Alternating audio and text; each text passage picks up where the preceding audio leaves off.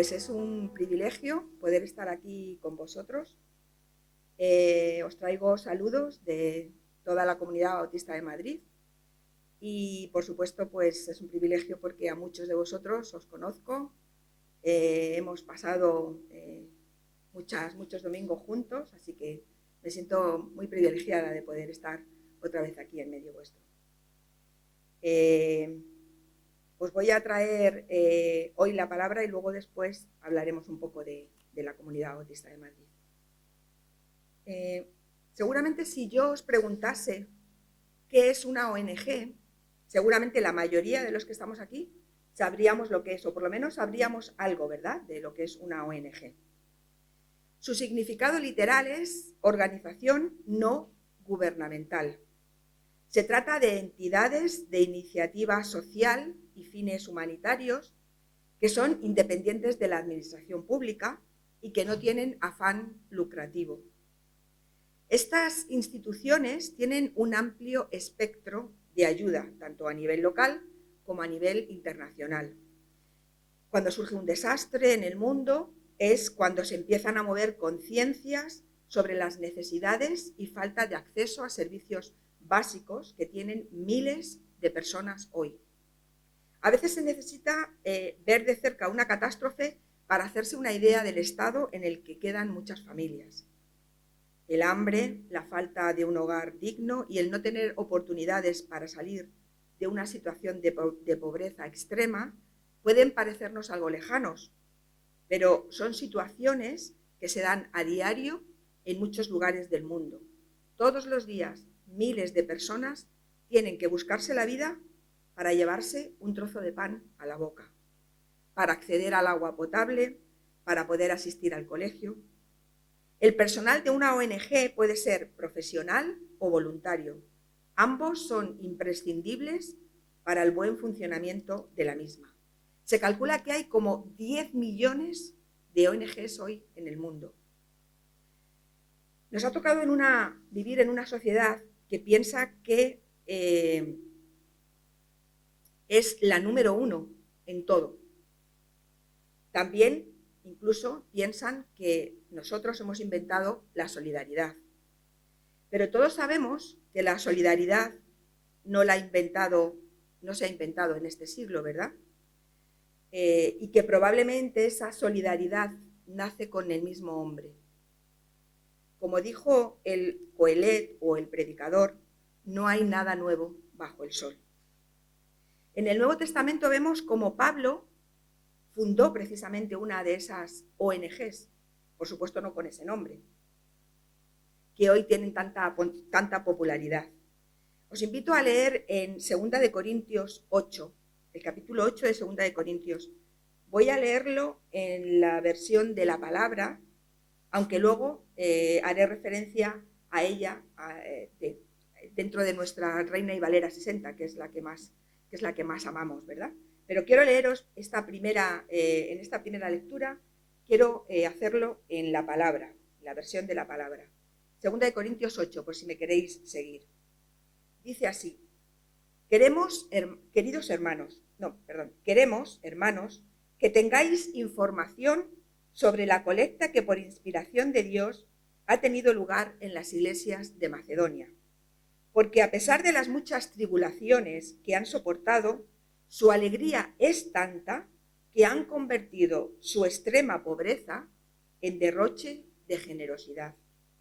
Testigo soy de que han dado espontáneamente lo que podían, e incluso más de lo que podían.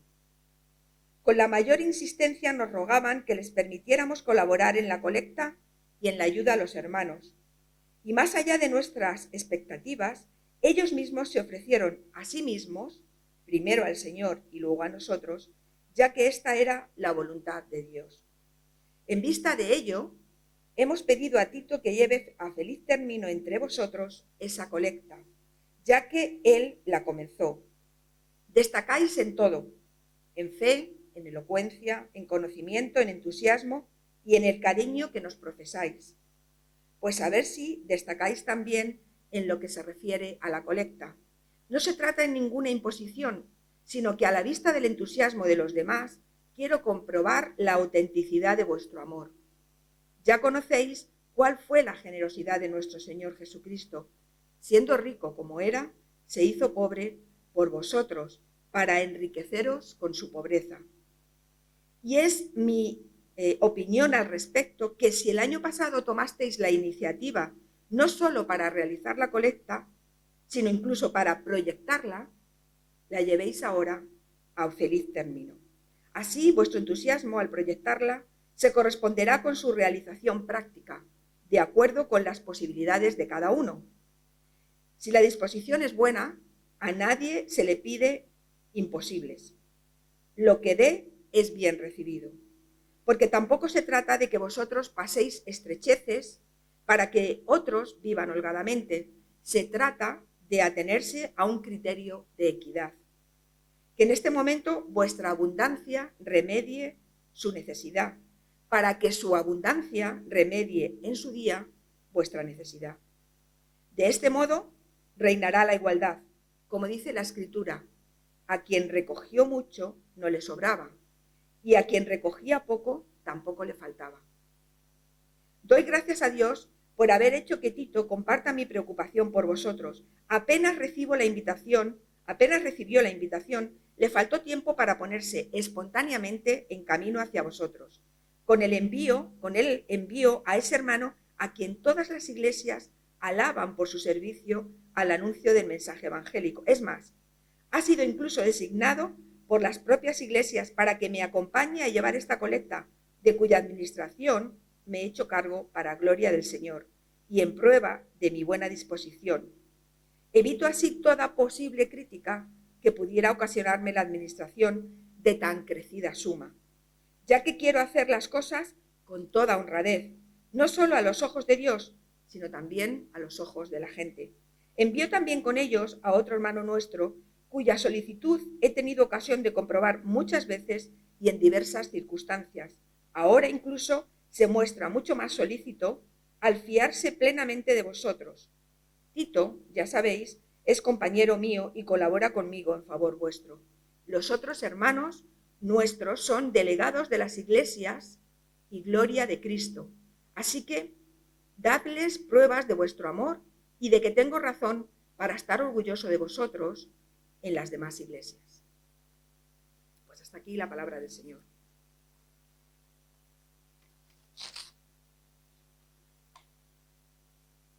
Pueden ser varios los factores que hicieran que los cristianos en Judea necesitaran ayuda de los otros hermanos. Después de Pentecostés, después del 33, en la era de Jesús, los judíos y prosélitos de otros lugares que se hicieron discípulos en aquella ocasión permanecieron en Jerusalén. Nos acordamos, ¿verdad? En Pentecostés, con muchos hermanos se convirtieron ese día y se quedaron allí. Por algún tiempo se quedaron para aprender más de la fe verdadera. Cuando era necesario, los compañeros creyentes los ayudaban con gusto a llevar la carga que suponía quedarse allí tanto tiempo, como leemos en Hechos 2, 41 al 44, que dice: así que los que recibieron su palabra fueron bautizados y se añadieron aquel día como 3.000 personas, y perseveraban en la doctrina de los apóstoles, en la comunión unos con otros, en el partimiento del pan y en las oraciones. Y sobrevino temor a toda persona, y muchas maravillas y señales eran hechas por los apóstoles. Todos los que habían creído estaban juntos y tenían en común todas las cosas. Otra razón por la que pudiera haber surgido esta necesidad es que, como sabemos, muchos de los cristianos en Judea habían dejado de trabajar y habían vendido todo lo que tenían porque estaban esperando ya de una forma inminente, inmediata, la segunda venida del Señor. Y esto también lo leemos en Hechos 4, versículos 34 y 35, que dicen: así que no había entre ellos ningún necesitado, porque todos los que poseían heredades o casas las vendían y traían el precio de lo vendido, y lo ponían a los pies de los apóstoles y se repartía a cada uno según su necesidad. También sabemos que a mediados de los años 40 de la era común, un hambre asoló Judea. Por cierto, que este hecho fue anticipado por uno de los profetas de la época, en Hechos 17, 27 y 30. Y sabemos que esta situación se alargó al menos hasta el 49 después de Cristo. Y en Hechos 17 nos dice: en aquellos días unos profetas descendieron de Jerusalén a Antioquía, y levantándose uno de ellos, llamado Ágabo, daba a entender por el Espíritu que vendría un gran hambre en toda la tierra habitada, la cual sucedió en tiempo de Claudio. Entonces los discípulos, cada uno conforme a lo que tenía, determinaron enviar socorro a los hermanos que habitaban en Judea, lo cual en efecto hicieron, enviándolo a los ancianos por manos de Bernabé y Saulo. Pablo se ocupó de promover esta recogida de la ofrenda. Lo vemos en 1 Corintios 16, 1, 4, dice: en cuanto a la ofrenda para los santos, haced vosotros también de la manera que ordené en la iglesia de Galacia. Cada primer día de la semana, cada uno de vosotros ponga aparte algo, según haya prosperado, guardándolo para que cuando yo llegue no se recojan entonces ofrendas. Y cuando haya llegado, a quienes hubiereis designado por carta, a estos enviaré para que lleven vuestro donativo a Jerusalén. Y así, si fuere propio que yo también vaya, iré también. Es decir, surge una necesidad y el resto de hermanos se ponen manos a la obra para ayudar y cubrir esta necesidad. Como veis, muy parecido a lo que hoy hacen las ONGs. No hay nada nuevo bajo el sol. A lo largo de todo este capítulo de 2 Corintios 8, vemos cómo se organiza este gran servicio. Sabemos que la mayoría eran cristianos, la mayordomía cristiana es algo que surge del corazón. La mayordomía surge del corazón, es algo espiritual. Pero no cabe duda que para que esto llegue a buen fin, pues tiene que haber una organización, tiene que haber una planificación. Pablo nos da indicaciones de cómo se va a organizar la recogida de esta ofrenda entre los corintios. Por lo que vemos en el texto, los corintios hace tiempo que tenían la voluntad de participar en esa gran ofrenda que iba destinada a los hermanos de Judea, pero por algún motivo todavía no se había llevado, todavía no se había materializado. Pablo los anima a terminar aquello que antes habían manifestado que querían hacer. Para ello, envía a Tito, que tiene la voluntad de exhortar a los corintios y participar en la organización de esta gran ofrenda que se está recogiendo en diferentes iglesias de todo el imperio. Y no solo envía a Tito, sino que también envía a un hermano, nos dice la palabra, cuya alabanza en el Evangelio se oye por todas las iglesias, y a otros hermanos que han designado las diferentes iglesias. Lo leemos en nuestro texto, que dice: pero gracias a Dios que puso en el corazón de Tito la misma solicitud por vosotros, pues a la verdad recibió la exhortación, pero estando también muy solícito por su propia voluntad, partió para ir a vosotros. Y enviamos juntamente con él al hermano cuya alabanza en el Evangelio se oye por todas las iglesias.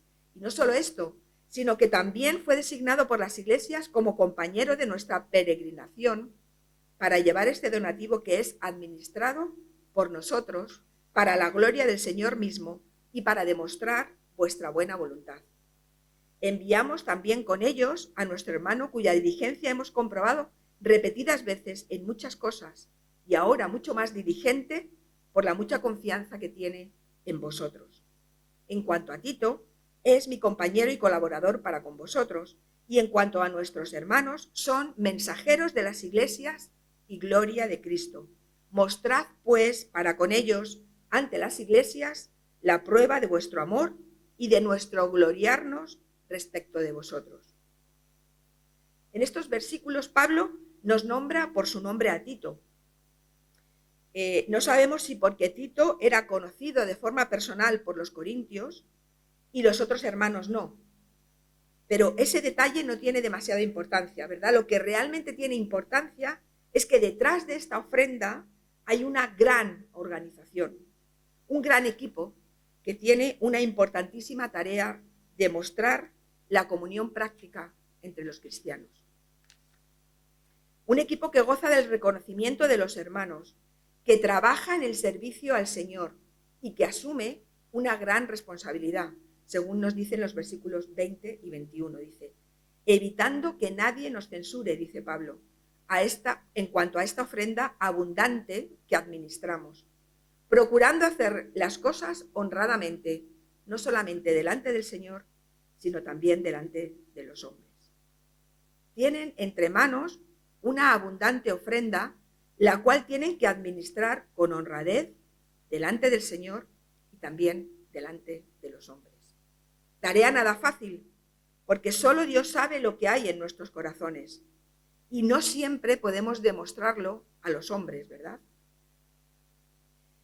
Además de coordinar todo este equipo para la recogida y administración de esta ofrenda, Pablo tiene la labor de animar, una gran labor de animar a los hermanos en esa recogida. Ya hemos dicho que hacía tiempo que los corintios tenían ese deseo en su corazón, pero que hasta ese momento todavía no habían materializado ese deseo en hechos. Y Pablo les cuenta cómo han participado otros y les pone el ejemplo de las iglesias en Macedonia. Estas iglesias, entre otras, eran las de Filipos, Tesalónica y Berea. Pablo les dice a los corintios que estas iglesias están pasando por grande prueba de tribulación y profunda pobreza. Dice, asimismo, hermanos, os hacemos saber la gracia de Dios que se ha dado a las iglesias de Macedonia, que en grande prueba de tribulación, la abundancia de su gozo y su profunda pobreza abundaron en riquezas de su generosidad. Pues doy testimonio de que con agrado han dado conforme a sus fuerzas y aún más allá de sus fuerzas, pidiéndonos con muchos ruegos que les concediésemos el privilegio de participar en este servicio para los santos. Y no como lo esperábamos, sino que asimismo se dieron primeramente al Señor y luego a nosotros por la voluntad de Dios.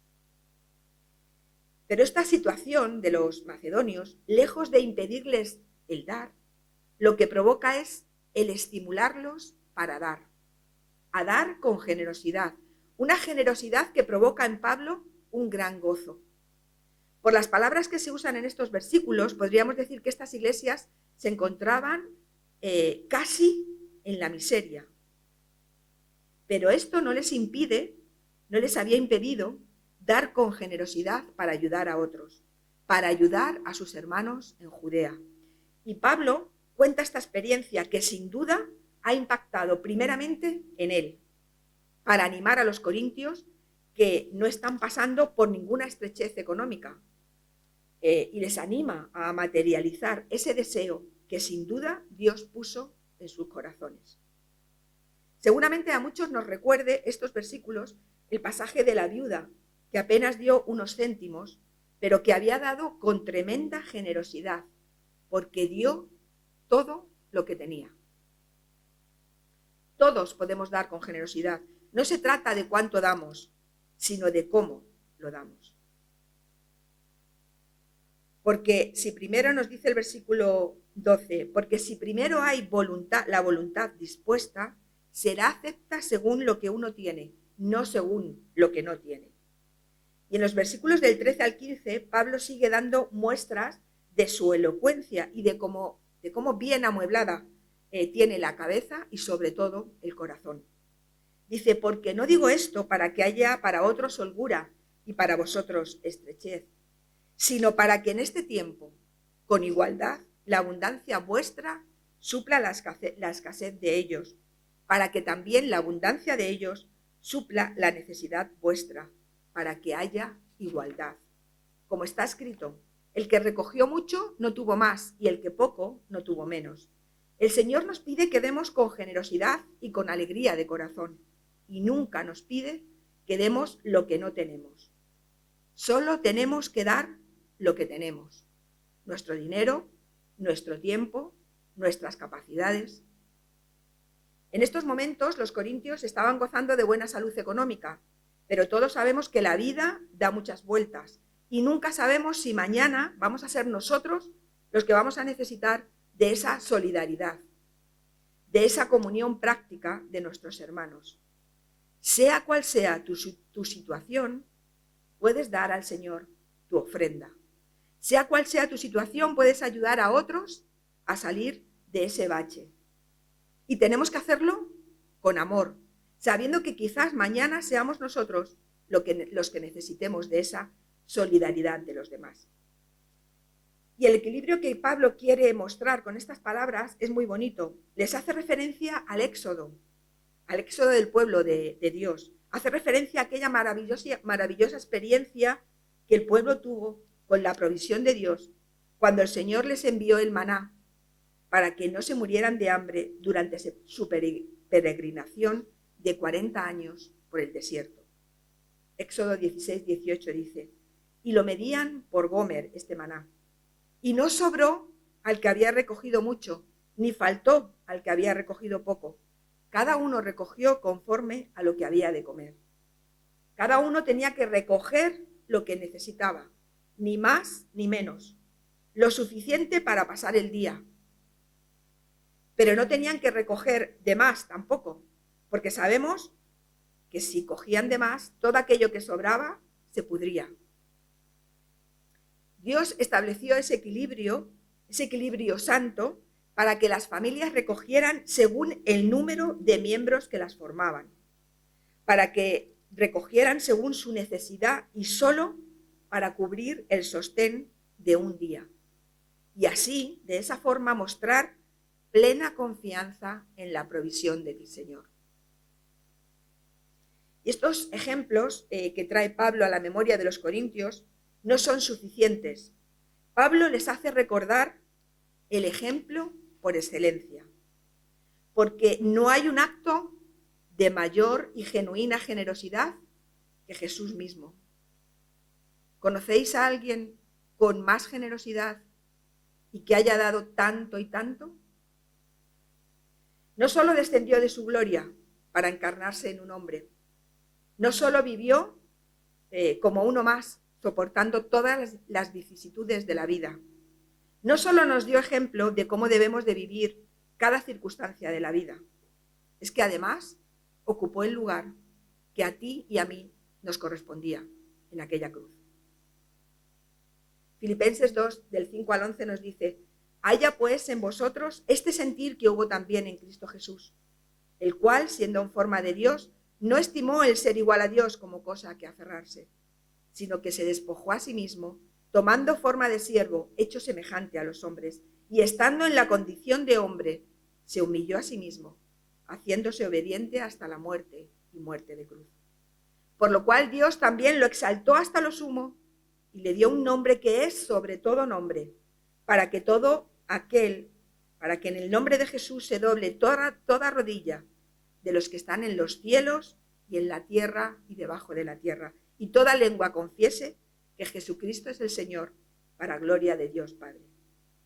Pablo les dice a los corintios: ved el ejemplo de generosidad de nuestro Señor. Porque ya conocéis la gracia de nuestro Señor Jesucristo, que por amor a vosotros se hizo pobre siendo rico, para que vosotros con su pobreza fueseis enriquecidos. ¿Qué mayor ejemplo de generosidad absoluta que este?